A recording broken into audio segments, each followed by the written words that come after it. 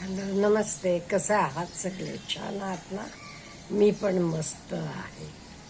आज एका मुलाचा प्रश्न आहे. त्याचे कंपनीमध्ये काही प्रोजेक्ट्स कमी झाल्यामुळे त्याची नोकरी गेली. नोकरी गेली की लगेच त्याची बायको माहेरी निघून गेली. बघा, नोकरी गेली म्हटल्यावर लगेच बायको त्याला सोडून माहेरी निघून गेली. आता त्याला प्रॉब्लेम आलाय, काय करायचं? त्याला काय स्वयंपाक पाणी काही करायला विशेष जमत नाही. आणि त्याचा भाऊ भाऊजे राहतात गावातच, पण त्याला तिथे रोज जेवायला जायला आवडत नाही. तो म्हणतो आई आहे, नो डाऊट गेल्यावर आई प्रेमानं करते, जेवायला घालते, तुला दुसरी नोकरी लागेपर्यंत राहा इथे म्हणते. पण तो म्हणतो नाही, भावजेचं वागणं, तिचं चेहरा, तिनं माझ्याकडे बघण्याचा तिरस्काराचा भाव बघितला तरी मला तिथे राहू वाटत नाही. मग मी काय करू मॅडम? हा त्याचा प्रॉब्लेम आहे. आता पहिला प्रॉब्लेम काय? नोकरी गेलेली आहे, त्यामुळे दुसरी नोकरी मिळवणं किंवा काही स्वतःला दुसरं उद्योग चालू करणं हे अतिशय महत्त्वाचं आहे. पहिला दुसरी नोकरी बघायची, हे अतिशय महत्त्वाचं. आणि असं नाही नोकरी मिळत नाहीये म्हणून, मिळणार आहे. त्यामुळे दुसरी नोकरी बघायची आणि ती मिळेपर्यंत आपल्याला काही इन्कम पाहिजे. म्हटलं की दुसरं आपल्याला काय येते त्यातलं काहीतरी चालू करायचं. आता तुम्ही म्हणाल असं कसं काय? माझेच सख्खे चुलत भावाचं सांगते. मुंबईत बरेच वर्षापूर्वी हे तो पण म्हणजे आता 60+ आहे, त्यामुळे हे खूप पूर्वीचं मी सांगते. तेव्हा त्यांचे सगळ्या कंपन्यांनी सगळे स्ट्राईकवर गेल्या होत्या 3-3 महिने वगैरे. आणि पूर्वीचे ते अँबॅसिडर कार वगैरे आहे ना, त्या कंपनीत होता तो. कंपनी पूर्णपणे दत्ता सामंत वगैरे लीडर्स होते तेव्हाचं. 3 का 6 महिने बंद होत्या वाटते. तेव्हा त्यांना ड्रायव्हिंगचं काम केलं. कुठे? एअरपोर्टला ड्रायव्हर म्हणून गाडीवर काम करत होता. विचार करा, इंजिनियर मुलगा. पण काय, ती वेळ होती, गरज होती त्याला. त्यामुळे तुम्हाला आता गरज आहे, त्यामुळे तुम्ही तुमचे योग्यतेची चांगली नोकरी शोधात. पण तोपर्यंत गप्प बसून चालेल का? मग आपल्याकडे काय आहे स्किल्स, त्याच्याप्रमाणे काहीतरी चालू करा. म्हणजे सर्वात पहिलं आहे आता बघणं आपल्या नोकरीकडे. आता तुम्ही म्हणता, तुमची आई म्हणतीये नोकरी मिळेपर्यंत थांब इथे, राहावा ना का? म्हणजे तुम्ही म्हणता तुम्हाला स्वयंपाक पाणी काही करता येत नाही, सारखं रोजचं बाहेर खाणं. म्हणजे तुम्ही म्हणता तुमची आता परिस्थिती खूप नाजूक झाली आहे, फायनान्शियल परिस्थिती. मग म्हणा 1-2 दिवस ओके, लक्ष देऊ नका कोणाकडे, इग्नोर करा. भाऊजे तुमच्याकडे ती कसं बघितली, तुम्ही बघितलात तर कळणार ना तुम्हाला ती कुठल्या नजरेनं बघतीये म्हणून. बघून नका तुम्ही.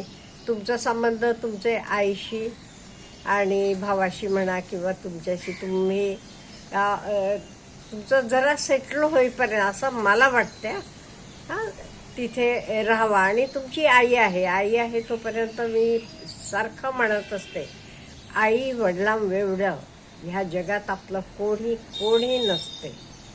बाकी सगळे स्वार्थासाठी. आता तुमची बायको पण बघा, तुम्हाला नोकरी नाही म्हणताना लगेच निघून गेली ती.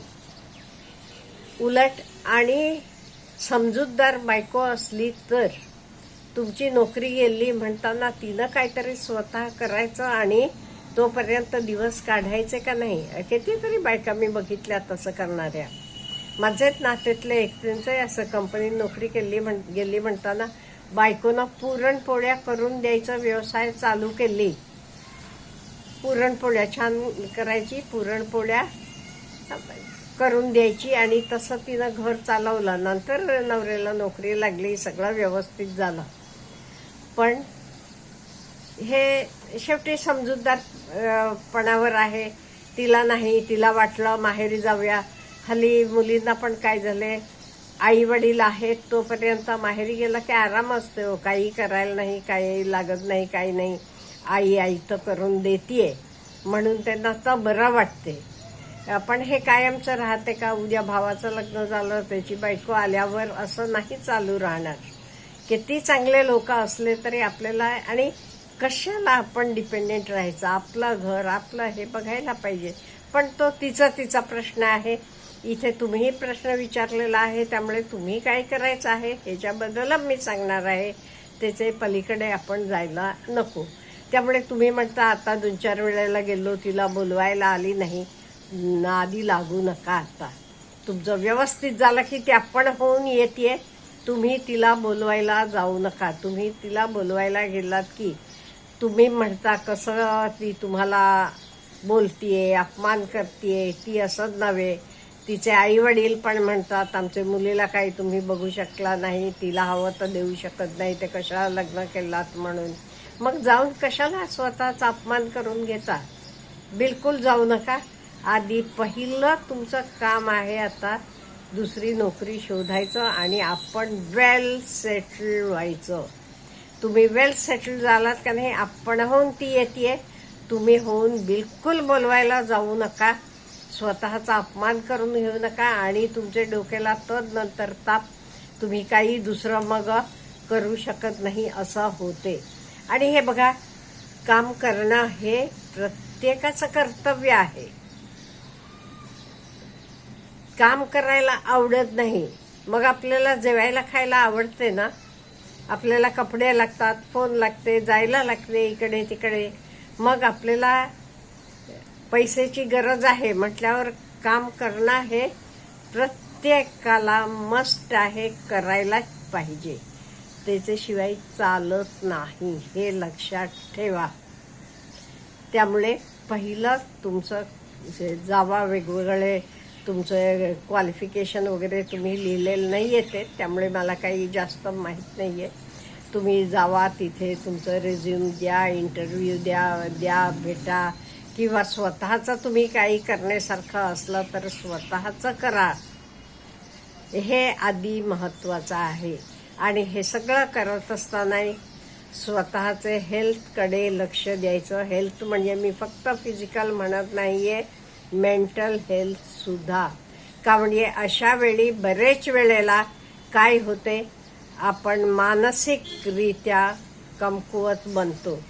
तुम्ही बोलात, बायकोला बोलवायला गेला की ती काय बोलतीये, तिचे आई वडील काय बोलतात, त्याच्यामुळे त्रास होतो म्हणून. मग कशाला अपमान करून घ्यायचं? जायचंच नाही.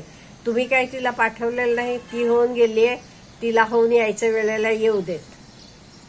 हे लक्षात ठेवा जरा.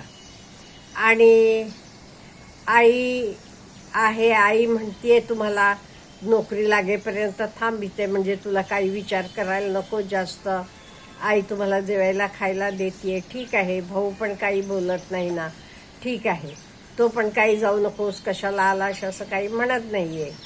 त्यामुळे तुम्ही ॲटलिस्ट सेटल होईपर्यंत काय 8 दिवस लागतात, 10 दिवस लागतात, राहावा भावाकडे. आई आहे सपोर्टला तुम्हाला. आता आई सपोर्ट म्हणजे काय हो, वेळेला तुम्ही आलात की तुम्हाला खायला प्यायला देते एवढं की, त्याच्या पलीकडे तिनं काय करणार? हां, शी हरसेल्फ इज हेल्पलेस. त्यामुळे एक म्हणजे मनानं शांत राहायचं तर अतिशय महत्त्वाचं. दिवस बदलतात, रात्र झाल्यावर उजाडते, हे लक्षात ठेवायचं. आणि आज गेली असेल तुमची नव्हे, असं कितीतरी लोकांच्या नोकऱ्या गेल्यात आता. पण कितीतरी लोक का स्ट्रॉंगली उभा राहिले, म्हणजे ते काम करताना एमर्जन्सी फंड म्हणून व्यवस्थित फंड उभा केलेला असतो, किंवा त्यांची बायको म्हणा, पार्टनर त्यांना कॉपरेट करते. तुमची पार्टनर तुम्हाला कॉपरेट करत नाही, ते तुम्ही काय करणार? त्यामुळे ह्याच्या पुढे तरी आता नोकरी लागल्यावर दर महिन्याला पगार झाल्यावर एक ठराविक अमाऊंट एमर्जन्सी फंड म्हणून ठेवायचा. वर्ष 2 वर्ष लागलं तरी आपण आता राहतो ते दृष्टीनं राहू या दृष्टीनं. त्यामुळे मन शांत ठेवा, प्रयत्न करा, नोकरी लागेलच. नाही ते स्वतःच काही चालू करा. तुम्हाला कशात इंटरेस्ट आहे, काय आहे त्याचे प्रमाणे चालू करा. Have a good day.